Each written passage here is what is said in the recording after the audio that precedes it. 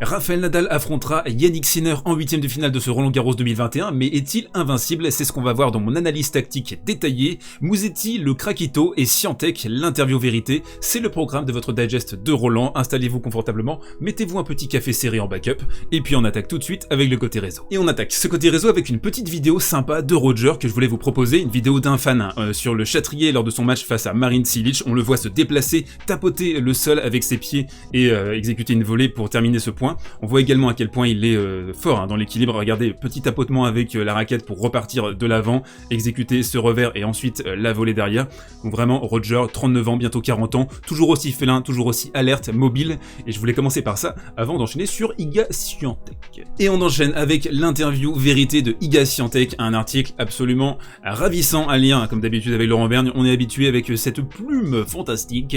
Donc Iga Swiatek qui s'exprime sur sa célébrité naissante, sur sa digestion tout simplement de son Roland Garros 2020, de sa victoire, comment est-ce que tu peux repartir de l'avant ensuite. On va prendre un petit peu le temps, on va lire ce qu'elle nous dit d'intéressant. Donc ce qu'elle nous dit déjà, c'est qu'à Rome, au début de la semaine, je ne pensais vraiment pas être capable de gagner le tournoi, donc c'était le tournoi préparatoire. Je n'avais pas confiance sur le court, je ne sentais pas bien la balle, mais parfois au tennis, il faut savoir gagner en jouant mal, win ugly comme on dit, et de jour en jour, ça allait de mieux en mieux. C'est pour ça qu'il faut se méfier, on ne sait jamais au début d'un tournoi comment les choses vont se passer. Donc ça c'est hyper intéressant je trouve, parce que parfois vous n'avez pas des sensations exceptionnelles et vous devez quand même réussir à trouver des solutions sur un court de tennis. Ça arrive souvent sur les premiers tours d'un grand chelem ou d'un tournoi, vous n'êtes pas encore à votre pic de forme, à votre pic de confiance. Il y a aussi ces moments où tout vous réussit, où vous avez des winning streaks extraordinaires. On se souvient de l'été américain de Daniil Medvedev en 2019 où il avait tout explosé, mais le plus important pour un joueur de tennis de très très haut niveau, c'est de réussir à maintenir un niveau de confiance, donc de gagner des matchs, et donc aussi parfois de gagner des matchs dans la douleur et dans la difficulté. Ça c'est clairement une étape dans l'apprentissage du très très haut niveau. Un truc aussi très intéressant dans cette interview, c'est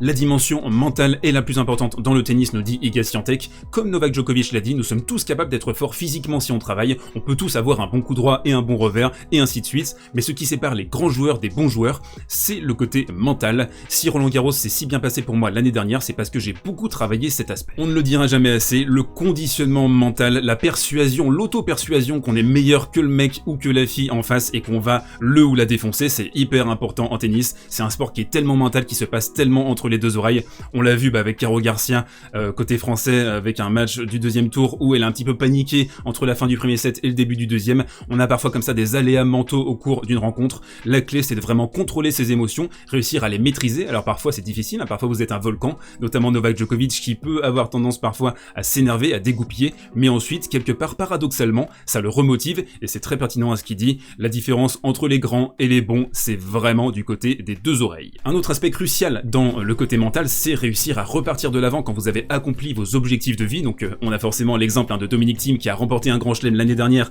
à l'US Open 2020 et qui a eu du mal à se relancer. Alors là on a Chris Evert qui parle de Swiatek et qui dit « Ce qui me frappe le plus chez Iga, c'est son envie, elle a faim, elle a gagné Roland Garros à 19 ans, mais elle a tout de suite dit « Je veux gagner d'autres titres, j'en veux plus ». C'est rare quand on gagne aussi jeune. Et ça, quelque part, cette envie, ce feu, j'ai l'impression que c'est quelque chose que tu as en toi ou que tu n'as pas. On voit Dominic Thiem, un grand chelem, il a du mal à repartir de l'avant. Là, c'était quand même assez dramatique ce qui s'est passé à Roland Garros.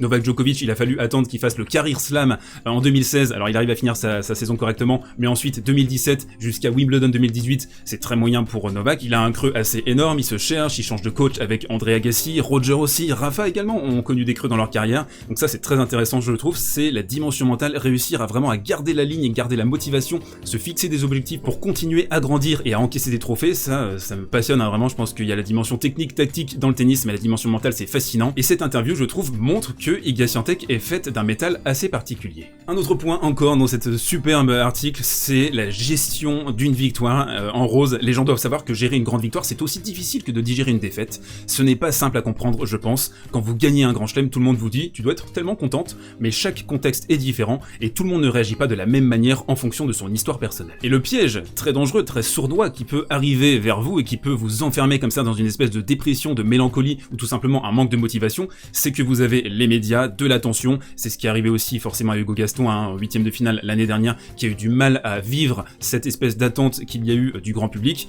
Iga Swiatek, c'est un niveau encore au-dessus, elle remporte un grand chelem, on attend qu'elle fasse mieux que ça, ou qu'elle continue à remporter tout simplement des grands titres. Il y a aussi tout le traitement médiatique qui est hors de votre contrôle. Les gens vont essayer de créer des petites histoires, vont interviewer votre ancien petit ami, votre famille, vont aller enquêter sur votre lieu de naissance, donc vous avez comme ça une mise à nu qui est pas forcément attendu, pas forcément calculé de la part de ces sportifs qui d'abord pensent à remporter des grands titres, des grands chelems, et puis ils ont ça qui leur arrive sur la gueule tout d'un coup, et ça peut être très difficile à digérer, ça peut être tout simplement une espèce de petite violence. On voit aussi ce qui s'est passé avec Osaka, qui dit qu'elle a des petits passages dépressifs comme ça depuis 3 ans, c'est une personne qui est très exposée au grand public, qui a des prises de position parfois assez fortes, et dans un dernier temps, l'apprentissage de la célébrité pour Iga Świątek, qui dit « Je suis une fille plutôt cool, mais je dois apprendre la célébrité, ce n'est pas toujours facile, comme confronté à une obligation, je veux rester moi-même, je veux rester Iga, je suis toujours la même personne, même si les gens me regardent différemment depuis que j'ai gagné à Paris. » Donc voilà, une interview très intéressante que je vous invite à lire, le lien sera dans la description, et puis nous on enchaîne immédiatement avec le coin tactique. Et on enchaîne, si vous le voulez bien, avec le coin tactique. Rafael Nadal peut-il remporter un 14e Roland Garros? Ça oui, on en est plus ou moins sûr, mais est-il battable? C'est vraiment la question qu'on va se poser. On va analyser le jeu du Mallorquin sur son match contre Norrie, on va essayer de voir ce qui a bien fonctionné, ce qui a moins bien fonctionné, et tout simplement essayer de se projeter sur la suite avec son match contre Jannik Sinner en 8e de finale. Le premier point, ce sont les intentions ultra offensives de Rafael Nadal, c'est comme ça qu'il peut s'exprimer le mieux maintenant, il a vraiment fait évoluer son jeu à partir de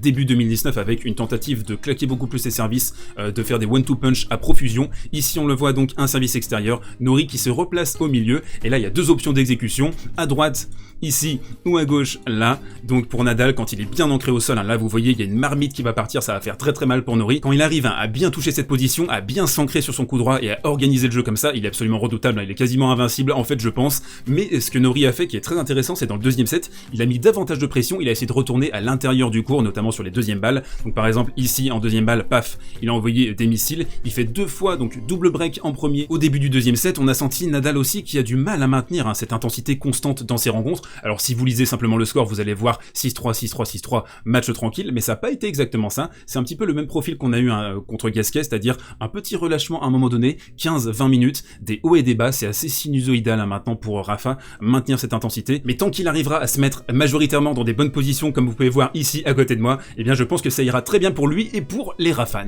L'autre difficulté majeure pour les adversaires de Rafael Nadal, c'est à quel point il annihile leur puissance de frappe au niveau du service. Donc ici, Norrie qui va servir, allez on va dire dans le milieu du carré, et ensuite Rafa qui va envoyer un retour avec énormément de sécurité par rapport au câble, très très long, c'est vraiment la zone qui cherche en retour de service, enfoncer son adversaire, le mettre, le forcer en fait à décrocher un petit peu, à se retrouver à 1m50, 2 mètres de sa ligne. Ensuite Rafa qui va avancer, qui va faire 2 mètres vers l'avant, et ensuite ça coche, voilà, ça va partir à gauche, à droite, il va reprendre le contrôle du point, donc il est extrêmement fort là-dessus. Il y a des gens parfois qui se demandent pourquoi Rafa se met aussi loin, tout simplement pour avoir du temps, pour trouver de la sécurité et de la longueur sur son coup. De toute façon c'est un mec qui a tellement de force, vous regardez son haut du corps, ses jambes, il arrive vraiment à déployer une force extraordinaire. Alors ce qui est intéressant avec ce joueur, c'est qu'il a commencé 2003, 2004, 2005, c'était un joueur plutôt défensif, contre-attaquant. Aujourd'hui c'est un joueur qui prend davantage son destin entre ses mains, et quand il est en position défensive, eh bien c'est un petit peu plus difficile pour lui, c'est ce qu'on va voir dans la troisième palette. Donc comment battre Rafael Nadal, c'est une question qu'on doit se poser. Alors on va voir ça dans la troisième palette. Ici on voit Rafa en bout de course, avec un coup en coup droit qui va satelliser vers ici. Norrie donc qui a essayé de prendre sa chance, donc là on est en début de match, mais surtout au début du deuxième set. Le prochain tour ce sera contre Sinner. Est-ce que Sinner est capable d'enfoncer comme ça Rafa? Oui, certainement, mais le problème avec Sinner je trouve c'est qu'il a un seul plan. Alors certes ça fonctionne à merveille contre 95% du circuit, mais contre un animal de la trempe de Rafael Nadal, ça peut coincer, on l'avait vu à Rome notamment. Nadal a encore de la marge je trouve par rapport à ses joueurs monolithiques, et le dernier truc c'est que pour mettre hors de portée Rafa, faut vraiment taffer. Ici là il est en difficulté, mais sur la balle de 7, la balle du deuxième set, il arrive à faire un passing d'anthologie en revers, il est à peu près ici, et il envoie un passing dans la diagonale. On l'a vu aussi dans le troisième set faire un break, il est là-bas, et pareil, il fait un passing court croisé qui lui permet de breaker dans le troisième set. Donc à mon sens, la seule manière de battre Rafa sur cette surface, à Roland Garros qui plus est, sur un format en 3-7 gagnant, c'est d'attaquer pied au plancher, de ne pas relâcher l'étreinte, de ne pas le laisser revenir dans le match. On sait que en retour de service, il est capable vraiment d'annihiler les meilleurs services, donc il faut essayer de résister, il faut essayer de l'emmener dans un combat physique, dans une lutte physique, de lui prendre un set tout simplement aussi, ça pourrait être un bon début. Mais voilà, clairement, il reste encore le maître des lieux, le maître du temps, et on va le voir également dans la prochaine palette. Dernière palette, explication très simple de la domination historique de Rafael Nadal à Roland Garros, et sur ce format en 3-7 gagnant, c'est l'utilisation des angles courts croisés, donc qui épuisent l'adversaire, qui le font courir dans la largeur. Ensuite on a un Rafa qui peut clouer comme ça, long de ligne, son adversaire, remporter le point assez aisément. Et le truc complètement fou avec ce joueur, c'est qu'il y a à la fois de la sécurité avec le câble, c'est-à-dire qu'il met beaucoup de lift, contrairement à certaines surfaces où il essaie de jouer un petit peu plus à plat. Là c'est vraiment le lift qui est prédominant, donc de la sécurité, mais en même temps de la grande violence, de la longueur aussi qu'il arrive à trouver. Parfois d'ailleurs c'est ce qui peut le mettre dans le doute, c'est quand il n'arrive pas à trouver de la longueur, quand les balles arrivent ici par exemple, et qu'elle laisse à l'adversaire tout le loisir de pouvoir s'avancer dans le court. Quand il trouve de la longueur et que le bras passe, c'est un cocktail absolument monstrueux. On n'a jamais vu ça dans l'histoire du tennis, un mec qui est capable d'avoir autant de sécurité et en même temps autant de violence dans ses coups. Donc Rafa, ça va encore être pas de la tarte de le sortir sur ce Roland Garros 2021. Dites-moi dans les commentaires si vous voyez un joueur pouvoir éventuellement le battre sur cette édition. Deuxième match et un mot très rapide pour le Krakito Musetti que vous voyez très loin ici retourner le service de Cecchinato qui a vraiment abusé des services kickés extérieurs pour forcer la musette à renvoyer très loin et quasiment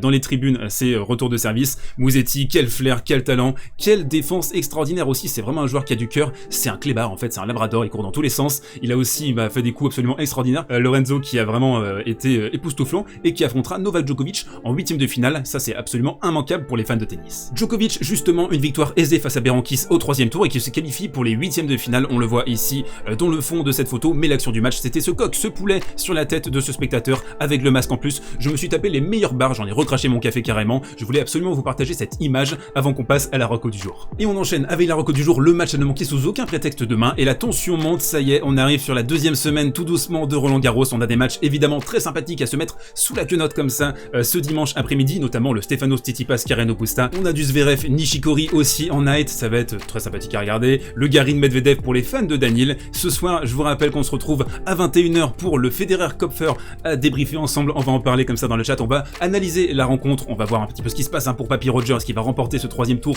en night. N'oubliez pas, c'est que de l'amour, c'est Digest, on n'est pas là pour se prendre la tête, restez sympathique et courtois dans les commentaires. Allez, nous on se retrouve demain pour un nouveau Digest du coup, d'ici là portez-vous bien et prenez soin de vous.